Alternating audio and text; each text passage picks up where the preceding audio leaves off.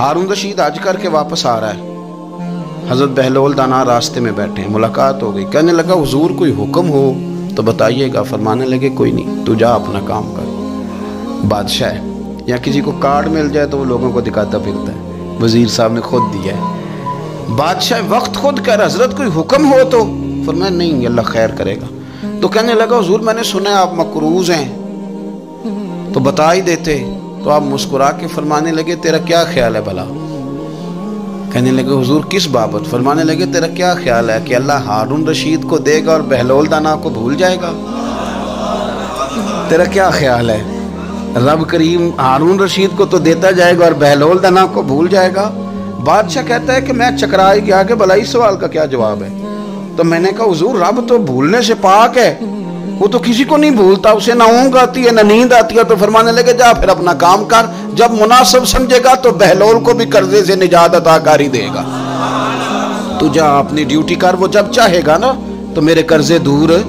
تو کیا سمجھتا ہے کہ تجھے یاد رکھے گا مجھے بھول جائے گا؟ یہ کیسے ہو سکتا ہے؟ او یار ادھر دیکھ میری بات سن، او بھائی وہ تیرا میرا رب ہے، یہ ہو سکتا ہے کہ امیروں کو دے دے اور تیرے جیسے میرے جیسے غریبوں کو وہ بھول جائے؟ یہ ہو سکتا ہے؟ تو کیوں لوگوں کی جیبوں پہ توجہ، لوگوں کی جیبوں پہ نظریں، فلانے کے پاس آ گیا تو میں رہ گیا، مطلب کس لیے؟ ہمارا رب کسی کو بھولتا نہیں ہے، کسی شخص کو وہ میرا مالک اپنے فضل سے نظر انداز نہیں کرتا، وہ سب کو نوازتا ہے، لیکن اس کی حکمت کے تقاضوں کا انتظار کرنا مسلمان کی شان ہے۔ کبھی کسی حسد میں کبھی کرنا ہو تو رشک کریں مزہ آئے گا۔ اور یہ رشک کرنے کا نا، رشک کا معنی کیا ہے؟ حسد کا معنی یا اللہ اسے نہیں دینا چاہیے تھا مجھے دینا چاہیے تھا، اور رشک کا معنی یا اللہ تو نے دیا ہے کیا بات ہے، اسے دیا تو کیا بات، اگر تو نے دیا تو مالک جچا بھی ہے، اگر تو نے دیا ہے تو نظر بھی آیا ہے، اگر تو نے دیا ہے تو پھر کیا بات ہے، کمال ہو گئی، وہ نظر آ رہا ہے۔ اور یا اللہ اسے دیا ہے تو میں بھی تیرا بندہ ہوں، اسے بھی اور دے اور مجھے بھی عطا فرما۔ یہ رشک ہے، رشک کا نا حضور نے حکم دیا ہے، نبی پاک نے رشک کا۔ ہمارا یہ مسئلہ ہے کہ ہم نا جو کرنے والا کام ہے وہ نہیں کرتے، رشک کریں۔ بخاری مسلم میں حدیث ہے، نبی پاک صلی اللہ علیہ وسلم نے فرمایا دو بندوں پر رشک کرو۔ کہو کیا بات؟ رشک کرو دو بندوں۔ یا رسول اللہ کون کون سے؟ فرمایا ایک وہ مالدار جسے اللہ دولت دے اور وہ صبح بھی رب کے رستے میں خیرات کرے اور شام بھی رب کے رستے میں خیرات کرے، یہ قابل رشک ہے۔ کہو تیری کیا بات ہے بھائی، کیا تجھے اللہ نے نوازا ہے، اور اس پر رشک کرو کو یا اللہ اسے اور دے تاکہ یہ تیرے بندوں پہ اور اثار کرے اور تیرے بندوں پہ سخاوت کرے، اور اللہ اس کے فعل تصدق ہمیں بھی عطا فرما۔ اور حضور فرماتے ہیں ایک مالدار پر جو صبح و شام سخاوت کرے، اور ایک اس عالم پر جسے اللہ قرآن کا علم دے، وہ صبح بھی لوگوں کو قرآن مجید کے ترجمے تفسیریں قرآن کے درس سکھائے اور شام بھی لوگوں کو قرآن مجید کا درس عطا فرمائے۔ اس پر رشک کرو، کہو کیا بات ہے یار تیری، تجھے اللہ نے کتنا نوازا۔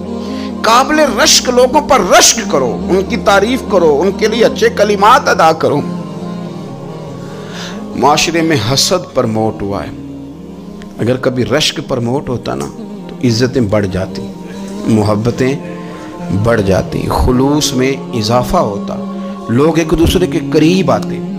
ہم نے کسی فضیلت والے کی فضیلت کو تسلیم کرنے سے انکار کر دیا، ہم نے کسی بڑائی والے کی بڑائی کو تسلیم کرنے سے انکار کر دیا، ہم نے حسد کیا، ہم نے لالچ کیا، ہم حریص ہوئے۔ اس کا نقصان یہ ہوا کہ لوگ ایک دوسرے کے پاس رہتے ہوئے پاس نہیں رہتے، ایک دوسرے کے ساتھ وقت گزار رہے ہوتے ہیں لیکن ان کے بارے میں رویے ان کے سخت ہوتے ہیں، لب و لہجہ تلخ ہوتا ہے، جب وہ کسی کے بارے میں بے لاگ تبصرہ پوچھا جائے تو غلط باتیں کریں۔ رشک کریں، دیکھیں نا حضرت ابو بکر صدیق رضی اللہ، حضرت عمر فاروق رضی اللہ، ساری زندگی دوڑ لگی رہی۔ حضرت عمر کہتے ہیں میں نے ساری زندگی دوڑ لگائی ہے کہ ابو بکر سے آگے گزر گئے، لیکن یہ دوڑ حسد والی نہیں، یہ رشک والی۔ فرماتے میرا دل کرتا تھا کہ میں نیکیوں میں ابو بکر سے آگے گزر جاؤں، حضور کے عشق میں ابو بکر سے آگے گزر جاؤں، نبی پاک علیہ السلام کی اولاد کی محبت میں ابو بکر سے آگے گزر جاؤں، میں نا خیر کے کاموں میں آگے گزروں۔ کہتے میرا ساری زندگی رشک کا رشتہ رہا، یہ رشتہ شاندار ہے، اس پر عمل کریں، اس پر توجہ کریں، بجائے اس کے کہ یہ کہنا کہ استاد جی کا فلانے سے زیادہ پیار ہے، پیار کی وجوہات تلاش کر۔ مرشد فلانے پہ نظر رکھتے ہیں تو میرے بھائی وہ نوٹوں کی وجہ سے نظر نہیں رکھتے، تو وجہ تو تلاش کرنا، وجہ کیا ہے؟ تو اپنے آپ کو اس طرح کا بنا، تو اس طرح کی کیفیات پیدا کر اپنے اندر۔ ہم کیا کرتے ہیں کہ رشک کرنے کی بجائے حسد کرتے ہیں۔ حسد نہیں کریں، اپنے آپ کو سنواریں، وہ رشک کی وجہ سے آپ سنوار سکتے ہیں۔ نبی پاک علیہ السلام کی پیاری زوجہ ام المومنین سیدہ عائشہ صدیقہ، بڑی شان ہے اس خاتون کی، بڑی عظمت ہے ان راہوں کے صدقے جن رستوں سے سیدہ پاک کی سواریاں گزرا کرتی۔ کیا درجہ اللہ نے دیا ہے سیدہ عائشہ صدیقہ کو، کہتی ہیں حضور کا وصال میری گود میں ہوا ہے۔ اور مولا علی شیر خدا فرماتے ہیں میں نے حضور کو سب سے زیادہ عائشہ صدیقہ سے پیار کرتے ہوئے دیکھا، اور عائشہ صدیقہ رضی اللہ تعالیٰ عنہ فرماتی ہیں میں نے حضور کو سب سے زیادہ فاطمہ الزہرا سے پیار کرتے تھے۔ یہ الگ ماحول ہے ان کا آپس میں۔ تو حضرت عائشہ صدیقہ اتنا بڑا مقام، لیکن وہ فرماتی ہیں میں نے ساری زندگی سیدہ خدیجہ الکبریٰ پہ رشک کیا۔ میں نے کہا کیا بات تھی اس خاتون کی جو وصال کر گئیں، لیکن شاید کو دن خالی جاتا ہو کہ مدینے والے ان کی وفاؤں کا ذکر نہ کرتے، شاید کوئی خالی دن جاتا ہو۔ کہتی ہے میں نے اتنا قابل رشک ماحول نہیں دیکھا۔ ایک دن حضور گھر میں گوشت لائے اور مجھ سے فرمایا عائشہ گوشت پکاؤ، تو میں اسے صاف کرنے لگی تو حضور فرمانے لگے شوربہ ذرا زیادہ کرنا۔ تو میں نے عرض کی حضور کیا کچھ مہمان آئیں گے گھر میں؟ تو فرمایا نہیں عائشہ، مدینہ منورہ میں نا مجھے پتہ چلا ہے خدیجہ الکبریٰ کی کچھ سہیلیاں آئی ہیں، تو شوربہ بنا، میں انہیں پہنچاؤں گا، خدیجہ کی سہیلیوں کو شوربہ زیادہ پکا ذرا۔ تو حضرت عائشہ صدیقہ کہتی ہے میں نے بڑے نرم لب و لہجے میں بڑی بنا سوار کے مسجع مکفہ چن کے جملے بات کی۔ میں نے عرض کی حضور سنا ہے وہ آپ سے 15 سال عمر میں بڑی تھی، نکاح بھی پہلے ہو چکا تھا، اور بتاتے ہیں لوگ کہ بظاہر کوئی حسن و جمال بھی اس ماحول کا نہیں تھا۔ حضور اللہ نے آپ کو جوان اور خوبصورت بیویاں دی ہیں، پر میں جب بھی سنتی ہوں جناب خدیجہ کا ذکر ہی سنتی ہوں۔ میں نے رشک کے انداز میں کہا، کہتی میں بات کہہ کے خاموش ہو گئی، اور جب میں نے نظر اٹھا کے دیکھا تو حضور کی آنکھوں میں آنسو۔ نبی پاک صلی اللہ علیہ وسلم کا یہ انداز دیکھا تو میں نے کہا حضور میں رب رسول کی بارگاہ میں توبہ کرتی، اب تو رو دیے۔ تو حضور فرمانے لگے عائشہ یہاں جو بھی آیا ہے نا وہ سکھوں اور آسانیوں کے دنوں میں آیا ہے، اور خدیجہ میری ان دنوں کی ساتھی تھی جو میرے تکلیف کے دن تھے، میری آزمائشوں کی، میری پریشانیوں کی میری ساتھی تھی۔ جب لوگ مجھے تکلیف دیتے تھے میں گھر جاتا تھا تو مجھے کہتی تھی حضور آپ تو صلہ رحمی کرتے ہیں، غریبوں کا بوجھ اٹھاتے ہیں، آپ تو لوگوں کے ساتھ محبت سے پیش آتے ہیں، حضور آپ پریشان نہ ہوں، آپ کا رب آپ کو ہمیشہ عزتیں ہی عطا فرمائے گا۔ فرمایا وہ میری تکلیفوں کی اسے کیسے، میرے بھائی رشک کیا لوگوں نے ایک دوسرے پر، حسد نہیں کیا۔ ہم تو نا جی اپنی مرضی کے فیصلے کرتے کرتے پیچھے رہ گئے، ہم نے لوگوں کو پیچھے کرنے کا سوچا تھا لیکن ہم سب سے پیچھے رہ گئے۔ ہم نے سیاست اور سازش کی تھی کہ کچھ لوگوں کے دلوں پہ پیر رکھ کے میں اپنا قد اونچا کروں گا، کچھ کے سینوں پہ پیر رکھ کے، لیکن ایسا نہیں ہوتا، یہ ہوتا نہیں۔ آپ کسی کی جگہ نہیں لے سکتے، اس لیے کہ رب نے سب کی جگہ اپنی اپنی بنائی ہوئی، سب کی جگہ۔ ہاں ایسا ضرور ہوتا ہے کہ کئی دفعہ نا ہم اپنے مقام کو گرا لیتے ہیں۔ وہ کسی نے کہا تھا کہ ایسا نہیں کہ تیری جگہ کوئی اور آ گیا، لیکن تیرا مقام بھی اب تیرا نہیں رہا۔ ہوتا یہ ہے کہ ہم نہ گرا لیتے ہیں اپنے آپ۔ اگر ہم رشک کا ماحول پیدا کریں، رشک کا، اور ہم کہیں کہ کیا بات ہے میں بھی سفر کروں گا، اس جانب جاؤں گا، بجائے یہ کہنا کہ فلاں آدمی بڑا آگے نکل گیا ہے، یہ کر کے نکل گیا، وہ کر کے نکل گیا، یہ کہنا کہ یار میں بھی رب کریم کی اس مدد کو تلاش کرتا ہوں جس کی برکت سے اللہ نے اس پر فضل فرمایا ہے۔ امام غزالی فرماتے ہیں 3 لوگوں میں حسد زیادہ ہوتا ہے، بغض زیادہ پیدا کر لیتے ہیں۔ اب چونکہ مضمون ہے تو ساری بات کھل کے کرنی پڑے گی نا۔ فرماتے ہیں 3 لوگوں میں حسد، بڑے عہدے والوں میں حسد زیادہ ہوتا ہے۔ یعنی صوبائی وزیر کہتا ہے کہ حق میرا ویسے وفاقی وزیر کا تھا، اور وفاقی وزیر کہتا ہے کہ جتنا میرا تجربہ ہے نا مجھے بنایا وزیر اعظم ہی جاتا تو بات ٹھیک تھی۔ حسد زیادہ، بڑے عہدوں والوں میں حسد، اور امام غزالی فرماتے ہیں مالداروں میں حسد زیادہ ہوتا ہے۔ غریب نے غریب سے کیا جلنا ہے؟ جلنے کو شے ہی کوئی نہیں، کس سے جلیں گے؟ تو غریب تو بیچارہ 4 روٹیاں ہوتی ہیں تو کہتا ہے چلو ٹھیک ہے آ جاؤ، دونوں مل کے بیٹھ جاتے ہیں۔ غریبوں کے دوست بھی غریب، امیر حسد کرتے ہیں، وہ سودے پہ سودا کرتے ہیں، وہ ایک دوسرے کی کمزوریاں بیان کرتے ہیں۔ میں نے گاہکوں کو نفع لیتے دیکھا ہے، فلانے سے مال لیتے تھے جی، اس نے بڑا تنگ کیا، تو کہتا ہے اسی طرح کا تو مجھ سے خریدا کر۔ لوگ استعمال کر جاتے ہیں، وجہ بیچ میں کیا ہوتی ہے؟ حسد، عداوت، خرابی ہوتی۔ اور تیسری بات امام غزالی نے شاید میرے لیے کہی ہے، امام غزالی فرماتے ہیں علماء میں حسد بڑا ہوتا ہے، عہدیداروں میں، مالداروں میں اور علم والے لوگوں میں۔ وہ بھی اللہ کی تقسیم پر راضی نہیں ہوتے، چونکہ وہ سمجھتے ہیں مجھے یہ لفظ آتے ہیں، میری قابلیت زیادہ ہے، میں زیادہ پڑھا لکھا ہوں، تو یہ منصب بھی میرا تھا، یہ کام بھی میرا تھا، یہ بھی میرے پاس ہونی چاہیے۔ ایسا نہیں ہوتا، یہ تو رب کریم کی عطا ہے۔ میں کئی دفعہ کہہ چکا ہوں کہ کام لینے پہ آئے تو میرے جیسے بیکار آدمی سے کام لے لے، یہ اس کی عطا ہے۔ اب ہمیں کرنا کیا ہے؟ ہمیں اس کی تقسیم پر راضی رہنا ہے، اس کی تقسیم پر قربان جائیں۔ رسول پاک علیہ السلام سے صحابی نے پوچھا حضور عزت کیا ہے؟ فرمایا جو رب نے تجھے دیا اس پہ راضی ہو جا، اللہ عزت عطا کر دے گا۔ قناعت کر، جو اللہ نے تجھے دیا اس پر قناعت کر، اللہ تجھے عزت دے دے گا۔ حضور ذلت کیا ہے؟ فرمایا لوگوں سے لالچ نہ رکھنا، تو ذلیل ہو جائے گا، لالچ نہ کر۔ تیزی کے ساتھ پرموٹ ہوتی ہیں چیزیں، ہمیں سازش کرنی آتی ہے، ہمارا خیال ہوتا ہے کہ میں نے دوسروں کے پیسوں پہ کاروبار کرنا ہے، ہمارا خیال ہوتا ہے کہ پالٹی ڈال کے روٹی کھانی ہے، ہمارا خیال ہوتا ہے کہ کسی بندے کو کس طرح استعمال کرنا ہے۔ یاد رکھ لینا، کبھی بات نہ بھولنا، جو لوگوں کو استعمال کرنا چاہتا ہے وہ ساری زندگی استعمال ہوتا رہتا ہے۔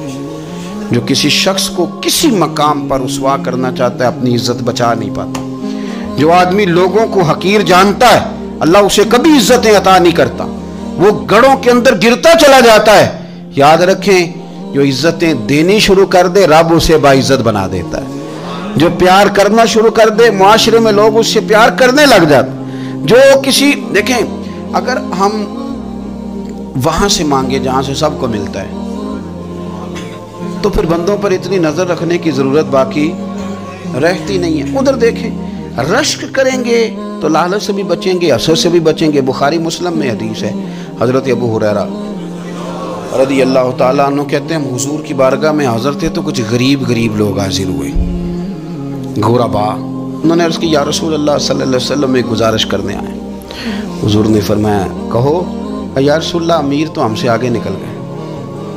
حضور نے فرمایا کس بات میں؟ عرض کی حضور نمازوں میں نہیں ہم گزرنے دیتے، اتنے نفل وہ پڑھتے ہیں اتنے ہم بھی پڑھ لیں گے۔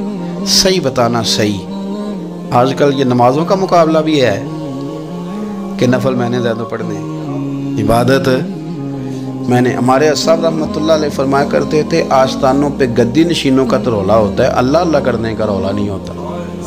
یہ تو شور ہوتا ہے کہ سجادہ میں ہوں سجادہ، اور سب نے کوئی نہ کوئی کہانی سنائی ہوتی، کہتے نہیں ابا جی مجھے کہہ گئے تھے کان میں، دوسرا کہتا نہیں مجھے لکھ کے دے گئے تھے، تیسرا کہتا تمہیں تو پتہ ہی نہیں، تم تھے ہی نہیں، عمرے پہ تو میرے ساتھ گئے تھے، جو میرے ساتھ ان کا معاہدہ ہوا وہ خانہ کعبہ میں ہوا ہے، لہذا میرا پہلا نمبر ہے۔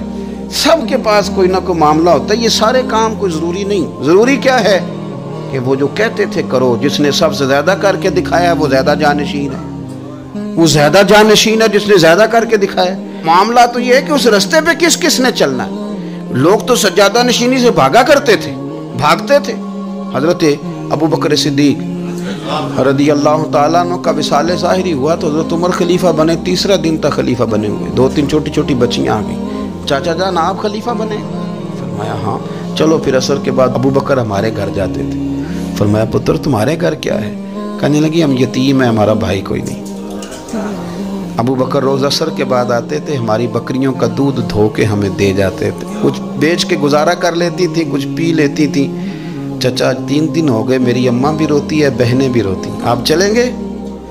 تو جناب سیدنا عمر فاروق کہتے ہیں میں نے دستار سر پہ رکھی اور پٹکا میں نے اپنے کندھے پہ رکھا، بیٹیاں آگے آگے میں پیچھے پیچھے روتے جا۔ ایک صحابی نے پوچھا عمر کیوں رو رہے ہو؟ کہنے لگے یار یہ ابو بکر کتنا مشکل رستہ دے کے گیا، کتنا مشکل رستہ ہے اس کے طریقے پہ چلنا، یہ لوگ تو سجادہ نشینی اتنا کٹھن کام تھا، لوگ بھاگا کرتے تھے. شوق آ گیا. اب رسول کریم علیہ السلام کے حضور ناز حاضر ہو کے عرض کی حضور امیر آگے گزر گئے، نمازوں میں نہیں ہم گزرنے دیتے، ہم ان سے زیادہ پڑھیں گے، نفلوں میں نہیں گزرنے دیتے، زیادہ پڑھیں گے.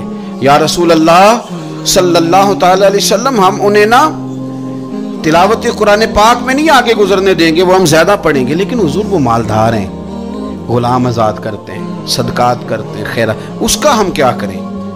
حضرت سیدنا ابو ہریرہ فرماتے ہیں کہ جواب تو حضور نے بعد میں دینا تھا، اور جب ان کا سوال ختم ہوا تو میں نے حضور کا چہرہ نور دیکھا تو رسول پاک کا چہرہ خوشی سے کھلتا ہوا مجھے نظر آیا.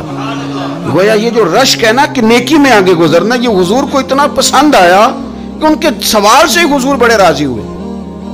کریم فرمانے لگے، حضور فرمانے لگے میں تمہیں ایک وظیفہ بتاتا ہوں، تم وہ پڑھو، امیر جتنی بھی نیکیاں کریں گے نا اللہ تمہیں ان کے برابر ثواب دے دے گا. لے لو نسخہ، یہ کرو کام. یا رسول اللہ بتائیں، فرمائے رات کو نا 33 بار سبحان اللہ پڑھا کرو، 33 بار الحمدللہ پڑھا کرو، 34 بار اللہ اکبر پڑھا کرو.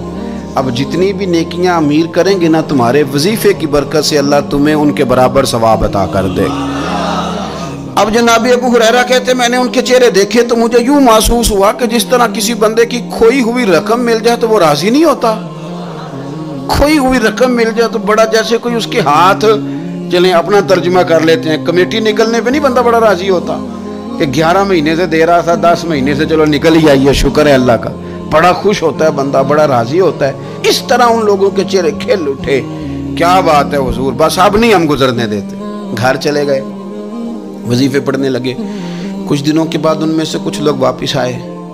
حضرت ابو ہریرہ کہتے ہیں مجھے چونکہ وہ پرانی بات یاد تھی تو میں دلچسپی سے ان کا آنا جانا دیکھنے لگا. وہ کریم کی بارگاہ میں آ کے بیٹھے تو ان میں سے ایک شخص بڑی پریشانی کے ساتھ کہنے لگا حضور بڑی پریشانی لگ گئی. فرمایا کیا ہوا؟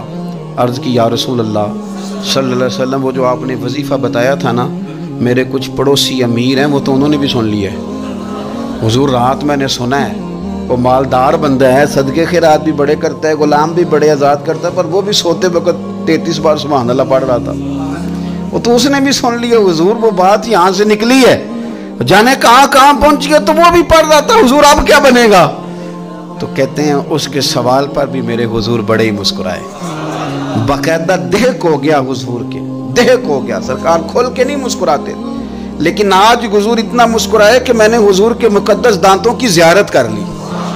دہک ہو گیا باقاعدہ حضور کا. حضور فرمانے لگے انہوں نے بھی سن لیا حضور، اور سن کے پڑھنا بھی شروع کر. اب بات کو سمجھیں کہ کسی امیر نے یہ نہیں کہا کہ یہ تو غریب کے لیے وظیفہ تھا. میں کہتا ہوں اللہ اللہ کا مزاج ہی نہیں. مزاج یہ کہ سیاست کیسے کرنی ہے، چکر کیسے چلانا ہے، کوئی کہانی کیسے سنانی ہے. ادھر ان کو ملا، حالانکہ بات تو غریبوں سے ہو رہی تھی. حضور وہ تو انہوں نے بھی پڑھنا شروع کر دیا. اب ہم کیا کریں؟ تو رسول کریم نے فرمایا وہ بھی پڑھ رہے ہیں، حضور پڑھ رہے ہیں تو فرمایا ذالک فضل اللہ یؤتیہ من یشاء.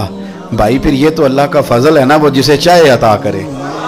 اب یہ حضور نے کہہ دیا تو حضرت ابو ہریرہ کہتے ہیں میں نے پلٹ کر ان لوگوں کے چہرے دیکھے، قربان جائیں میں نے پھر ان کے چہروں پر اطمینان دیکھا، میں نے سکون دیکھا، اس لیے کہ وہ سمجھ گئے جب رب فضل کرے تو پھر فضل کے معاملے میں اللہ کے بندے بحث نہیں کیے کرتے. وہ مطمئن ہو کے گئے، کہنے لگے حضور پھر ٹھیک ہے، اگر مالک اس طرح تقسیم کر رہا ہے تو پھر ہم راضی ہیں اپنے رب کریم کی رضا پہ. اپنی زندگی جب آپ بڑی محبت سے قرب و جوار سے تشریف لاتے ہیں، میں قرآن و سنت کے بہت سارے عنوانات دیکھ کے آپ کی خدمت میں ایک بات عرض کروں، اپنی ساری توجہ اپنے رب رسول کی جانب مائل کریں. جتنا آپ دائیں بائیں دیکھیں گے نا اتنا گاڑی کے ٹکرانے کا خطرہ بڑھ جائے گا، وسوسے زیادہ آئیں گے، الجھ جائیں گے. اتنا زیادہ دائیں بائیں نہ دیکھیں یہ کیا کر رہا ہے، فلانا کیا کر رہا ہے، فلانے کا یہ معاملہ کس طرح کا تھا. نا نا نا، آپ توجہ اللہ کی جانب رکھیں. دیکھیں میرا اور میرے رب کا معاملہ ٹھیک چل رہا ہے، اللہ رسول کے ساتھ میرے معاملات ٹھیک ہیں. یہاں تو آپ کسی کی اصلاح کریں گے، دعوت دیں گے یا دعا کریں گے، تنقید کی تو ویسے دین میں اجازت نہیں ہے. آپ نے یہاں کسی کی اصلاح کرنی اور وہ درد کے ساتھ کرنی، اور یہاں کسی کے لیے دعا کرنی ہے کہ یا اللہ اس بندے پہ رحم فرما، اسے بدل دے۔ تنقید کی اور طنز کی تو اجازت، اپنا معاملہ رب کریم کے ساتھ، ہماری سوچیں کس طرح کی ہیں، ہمارے اندر ماحول کس طرح کا ہے، وہ چونکہ دلوں کے حال جانتا ہے۔ اور نبی پاک صلی اللہ علیہ وسلم نے فرمایا نہ تمہاری جیبیں دیکھتا ہے نہ تمہارے چہرے دیکھتا ہے، وہ تو جب دیکھتا ہے تمہارا دل دیکھتا ہے۔ اس کی کیفیت کیا ہے؟ حضرت انس بن مالک رضی اللہ تعالیٰ عنہ فرماتے ہیں، اس حدیث کو یاد رکھیے گا، حافظ منذری نے الترغیب و ترہیب میں لکھی ہے، فرماتے ہیں کہ حضرت انس بن مالک رضی اللہ تعالیٰ عنہ فرمانے لگے کہ ایک حضور کے ایک غلام، ایک صحابی بیمار تھے، تو حضور نے فرمایا انس چلو تیمارداری کرتے ہیں۔ کہتے ہیں حضور کے ساتھ گئے، نبی پاک صلی اللہ علیہ وسلم پہنچے، جب ہم نے اس شخص کو دیکھا تو حضرت انس کہتے ہیں ہم پریشان ہو گئے، کیونکہ ہم نے اسے بڑا صحت مند دیکھا، تب وہ کمزور ہو گیا، وجود پر بہت سارا گوشت دیکھا تھا، اب ہم دیکھ رہے ہیں کہ وہ ہڈیاں ہی ہڈیاں رہ گئی ہیں، چہرہ بڑا بارونق تھا، اب کمزوری ہو گئی۔ رسول کریم تشریف لے گئے اور حضور اس کی چارپائی کے سرہانے بیٹھے، اور جب حضور نے اپنا دست مبارک اس کے بالوں میں رکھا اور نبی پاک نے دست شفقت پھیرا تو کہتے ہیں اس شخص نے آنکھیں کھولی اور حضور کا چہرہ دیکھا تو اس کی خوشی کی کوئی انتہا نہ رہی، بڑا راضی ہوا، بڑا راضی، اور حضور نے اس کے لیے دعا کی، اس دعا پر بھی اسے بڑا اطمینان قلبی نصیب ہوا۔ کہتے ہیں حضور اکثر تیمارداری فرماتے تھے، پر آج نہ حضور نے ایک نرالی، انوکھی اور انفرادی بات ارشاد فرمائی۔ حضور نے فرمایا تو بڑا صحت مند تھا، کمزور ہو گیا، بڑا طاقتور تھا تو ضعیف ہو گیا، ایک سوال کا جواب تو دے۔ یا رسول اللہ فرمائیے، تو حضور فرمانے لگے اس حالت میں جب تو شدید بیمار اور تکلیف میں، یہ بتا کہ اس وقت تیرا اپنے رب کے بارے میں گمان کیا ہے؟ حضرت انس کہتے ہیں پہلے حضور بیماروں سے یہ سوال نہیں پوچھتے تھے، آج پوچھا، کیونکہ صحت میں لوگوں کی زبان پہ شکر ہوتا ہے اور بیماری میں شکوے ہوتے ہیں، معاذ اللہ۔ اس وقت اللہ کے بارے میں یہ سوچ حضور نے ہمیں دی ہے، تم نے ہر وقت یہ ذہن بنانا ہے کہ یہاں رب کریم کے بارے میں کیا تصورات پل رہے ہیں، آوازیں کیا اٹھ رہی ہیں، اس وقت تیرا اللہ کے بارے میں گمان کیا ہے؟ جناب انس بن مالک کہتے ہیں اس نے ہمیں اشارہ کیا کہ مجھے اٹھا کے بٹھاؤ، ہم نے بٹھایا تو کہتے ہیں پھر اس نے اپنی آنکھیں کھولی اور حضور کے چہرے نور پر نظر کر کے نظر جھکا لی، عرض کرتا یا رسول اللہ میں کمزور ہوں، بیمار ہوں، تکلیف میں ہوں، اٹھ نہیں سکتا، کھا نہیں سکتا، پر حضور ابھی بھی میرے دل سے آواز یہی نکلتی ہے کہ میرا رب بڑا ہی کریم ہے، میرا اللہ بڑا ہی مہربان ہے، وہ بڑا ہی معاف کرنے والا ہے، وہ اپنے بندوں سے پیار ہی بڑا کرتا ہے۔ آپ میری بات کو سمجھیں، کیفیت کیا ہے اور الفاظ کیا ہیں؟ حضور وہ مجھ سے بڑی محبت کرتا ہے، بڑے پیار والا ہے، یہ لفظ کہتے کہتے آواز بھرا گئی، آنسو نکل آئے، پھر اس نے تکلیف زیادہ محسوس کی تو وہ لیٹ گیا، اور پھر اس نے حضور کے چہرے نور پہ نظر ڈالی، کلمہ پڑھا، روح ہی پرواز کر گئی۔ حضرت انس بن مالک فرماتے ہیں ہم اس کے گھر سے نکلے، اور جب حضور اس کے کمرے سے باہر آئے تو رسول کریم نے پلٹ کر رک کر پھر پیچھے دیکھا اور فرمایا انس اگر کسی جنتی کی زیارت کرنی ہے تو میرے اس غلام کا چہرہ دیکھ لو، اس لیے کہ جن لوگوں کے نظریات رب کریم کے بارے میں اس طرح کے ہوں پھر ان کے خاتمے خیر کے ہوتے ہیں، پھر اللہ ان کے لیے جنت کے فیصلے فرماتا ہے۔ اپنے افکار میں، نظریات میں، سوچوں میں کوئی ضروری نہیں ہے کہ ہم لوگوں کو دو لفظ کہہ کے مطمئن کر لیں تو ہم خود ضمیر کے قیدی بن کے زندگی گزار دیں، یہ معاملہ ٹھیک نہیں، یہ صحیح نہیں چلتا۔ آپ اپنی قلبی واردات پر، قلبی خیالات اور تصورات پر کڑی نگرانی رکھیں گے، آپ دیکھیں گے کہ کہاں یہ مجھے خرابی کی طرف لے کر کے جا رہا ہے، کہاں یہ بدگمانیاں پیدا کر رہا ہے، کہاں یہ خرابیاں لا رہا ہے، یہ سختی پیدا کر دے گا، نفرتوں کو، لالچ کو، حسد کو، عداوت کو یہ بڑھا دے گا۔ آپ اپنے معاملات پر اپنے دل کو ہمیشہ حاضر رکھیں، اللہ اپنے محبوب کا صدقہ فضل کرے، وہ مقلب القلوب ہے تو وہ ہمارے دلوں کو اپنی طرف پھیر دے۔ آخر دعوانا الحمدللہ۔